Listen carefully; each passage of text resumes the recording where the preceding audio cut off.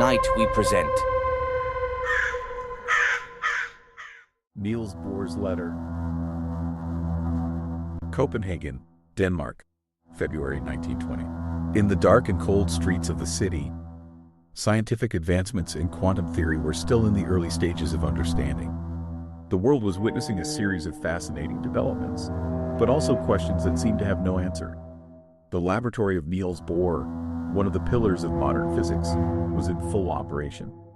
That day, Bohr, as always, was immersed in his research, surrounded by piles of papers and chalkboards filled with equations that shaped the complex structure of the atom.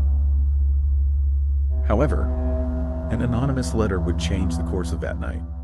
When Bohr found it on his desk, he could not imagine the impact it would have on his life and on the future of science. The letter, written in a trembling hand, contained a description of an inexplicable phenomenon that challenged the boundaries of quantum physics. According to the sender, there was an anomaly observed in subatomic particles, a behavior that indicated the existence of alternate dimensions or even the manipulation of space-time itself. The letter referred to a strange phenomenon, particles that seemed to disappear and then reappear in distant locations, as if they were connected by an invisible thread. The reports also spoke of a disturbance in the observation, as if the simple act of looking altered the behavior of the particles. Bohr, though cautious, could not help but feel intrigued. This was not the first time he had heard theories about quantum anomalies, but what had been described in the letter went beyond any concept known at that time. The next morning, Bohr headed to his laboratory with the firm intention of investigating.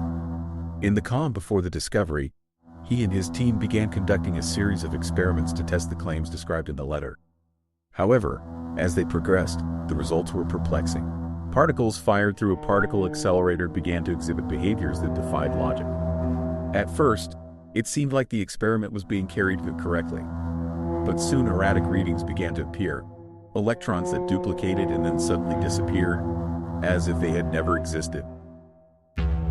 Bohr's team attempted to replicate the experiment several times, but each time the anomaly became more pronounced. The particles moved in seemingly random patterns, appearing and disappearing without explanation. Bohr could not believe what he was seeing, and his concern grew even more when one of the young physicists on the team, Otto Rosen, mysteriously vanished during one of the tests. Rosen, who had been analyzing the particle results with great concentration, suddenly stopped responding to calls.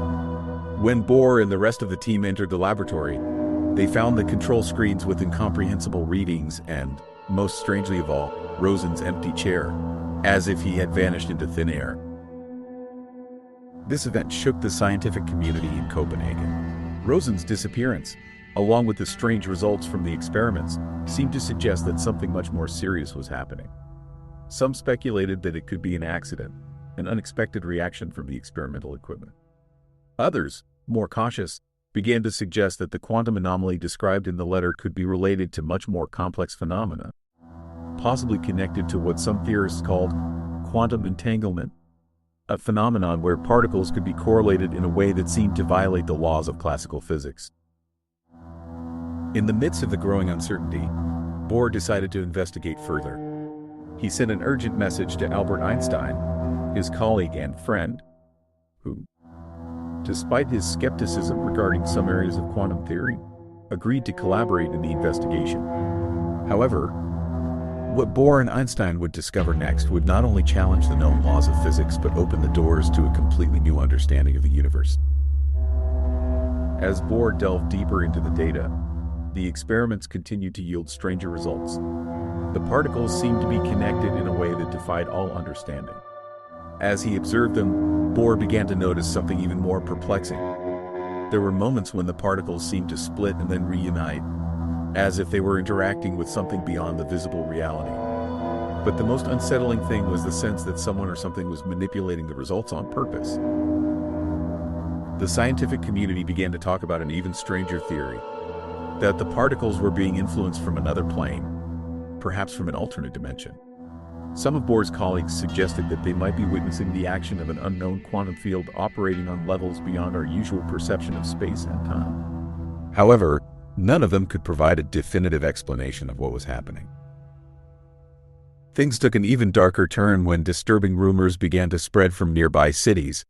Witnesses claimed to have seen strange lights in the sky, phenomena that could not be explained by the known laws of physics. Some people claimed to have seen human figures moving in impossible ways, passing through walls or dematerializing, as if space-time itself were distorting before their eyes. At the same time, Bohr and his team began receiving more anonymous letters, each one describing more details about the quantum anomaly. Some contained perplexing theories, others warnings of dangers that they could not yet understand. And meanwhile, the disappearances continued. Researchers, colleagues, and those close to the laboratory began disappearing without a trace. Tension reached its peak when Bohr received one more letter, this time much more enigmatic. In it, the sender spoke of a critical point where the particles would no longer be the only things affected, but the entire space-time continuum could be altered by the influence of quantum dimensions. The letter ended with a chilling warning: "You are on the edge of something you cannot comprehend, and it is already too late to stop it." Niels Bohr's laboratory was in a constant state of alert. The strange events that had started with the anonymous letter were escalating, and the disappearance of Otto Rosen remained unexplained. The experiments on quantum anomalies, which had initially seemed like mere curiosities, had become an enigma that overwhelmed human comprehension. The letter Bohr had received days before, warning about the critical point, began to take on an increasingly unsettling meaning. The scientific community in Copenhagen was in a state of collective paranoia. The scientists working with Bohr, including some of the brightest physicists of the time, began to doubt the nature of what they were observing. Advances in quantum theory and experimental phenomena were dangerously intertwined, and it seemed everyone was crossing a line they could not cross back. The particles they had observed not only disappeared and reappeared, but, in some cases, exhibited behaviors that did not fit any of the known physical categories. Bohr, feeling the weight of responsibility, intensified the investigations. He decided he must retest the experiments, but this time with a riskier approach.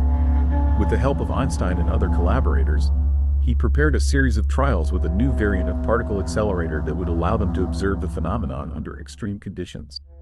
Bohr had begun to suspect that the quantum anomaly was not just a malfunction of the particles, but something much deeper, something that not only violated the laws of physics, but challenged the fundamental structures of the universe. What they discovered was indescribable.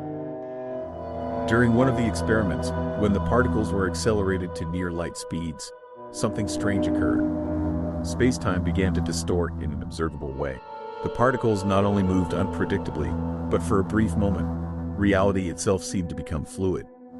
A halo of energy, seemingly at the threshold of perception, enveloped the laboratory. The particles, as in previous experiments, disappeared and reappeared in distant places.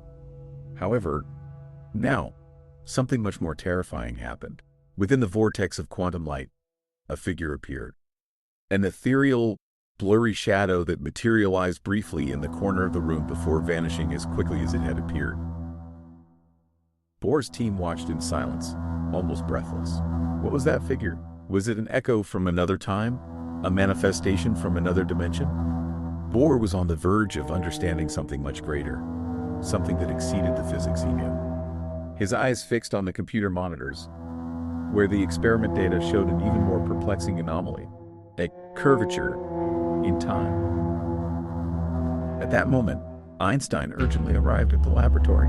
He had been working on a parallel concept to explain the observations, based on the theory of general relativity, but what he saw left him speechless. "This is not just quantum physics," Einstein said, his voice trembling. This could be a bridge to another universe. The particles are crossing between realities. They are connected not only by space but by time itself.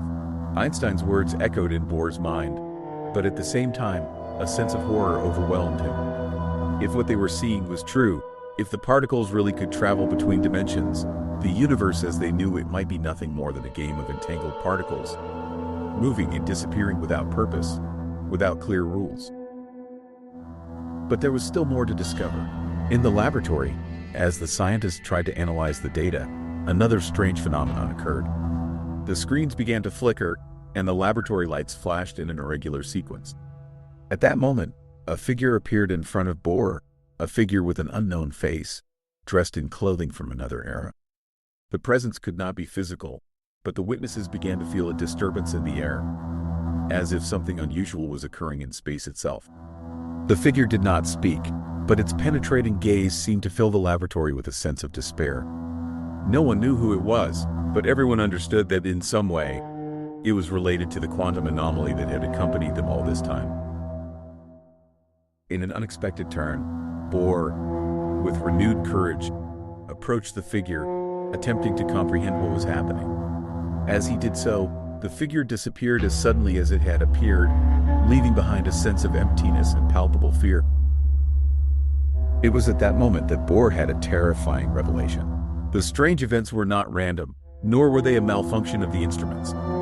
What they were observing was a direct interaction between different planes of reality, spilling over due to the alterations in quantum laws. But there was something even more unsettling. The disappearances of Rosen and other team members were not accidents. Those individuals, like the particles, could have become trapped in a quantum entanglement, stuck in an alternate dimension due to the alteration of space-time they were causing. With this knowledge, Bohr and Einstein decided to make one last attempt to correct the imbalance. They activated a final experiment, but this time with a specially designed device to restore equilibrium in the quantum field that had been altered. However, the experiment did not go as they expected. At the last moment, when the quantum energy reached a critical point, the laboratory was filled with a blinding glow. A deafening crash shook the walls, and the monitoring screens showed signs of collapse in the quantum field. It was then that Bohr and Einstein felt the sensation of a complete void. The particles disintegrated, and the laboratory was plunged into total darkness. When the light returned, Bohr and Einstein found themselves back in the laboratory, but something had changed. The particles that had once moved erratically now followed a stable pattern, and the figure that had appeared before them was no longer present. As the scientists reviewed the data, they realized that, at that very moment, the anomalies had stopped. However, the record still showed something strange. The particles had not only stopped appearing and disappearing, but the readings indicated that some form of quantum energy had become trapped in space-time. Bohr and Einstein could not fully explain what had happened, but both knew that what they had witnessed was beyond any previous knowledge. The experiment had been a success in scientific terms, but the cost of understanding quantum reality had been high. Had they truly saved the universe from a quantum collapse? Or had they simply unveiled a much darker and vaster secret, something that surpassed the limits of human understanding? The days that followed were filled with uncertainty. The scientific community, though amazed, continued advancing its research. However, those who had been present in the laboratory never returned to their former selves. Something had stayed with them, something that went beyond science. A disturbance in their minds, an echo of what had been discovered. And, although Bohr and Einstein continued their investigations, the anonymous letter remained partially unrevealed. Perhaps, someday, they would discover who had sent that letter. But by then, they knew that the quantum mystery had no end. The universe, with its infinite possibilities and realities, would always hold secrets that humans were not yet ready to comprehend. And so, while the future of physics moved forward, the shadow of the unknown continued lurking in the darkest corners of science.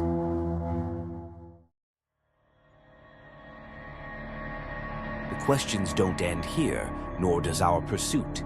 If this story unveiled something you never expected to discover, then you're in the right place. Remember to subscribe, turn on notifications, and share this tale with others who, like you, are drawn to the unknown.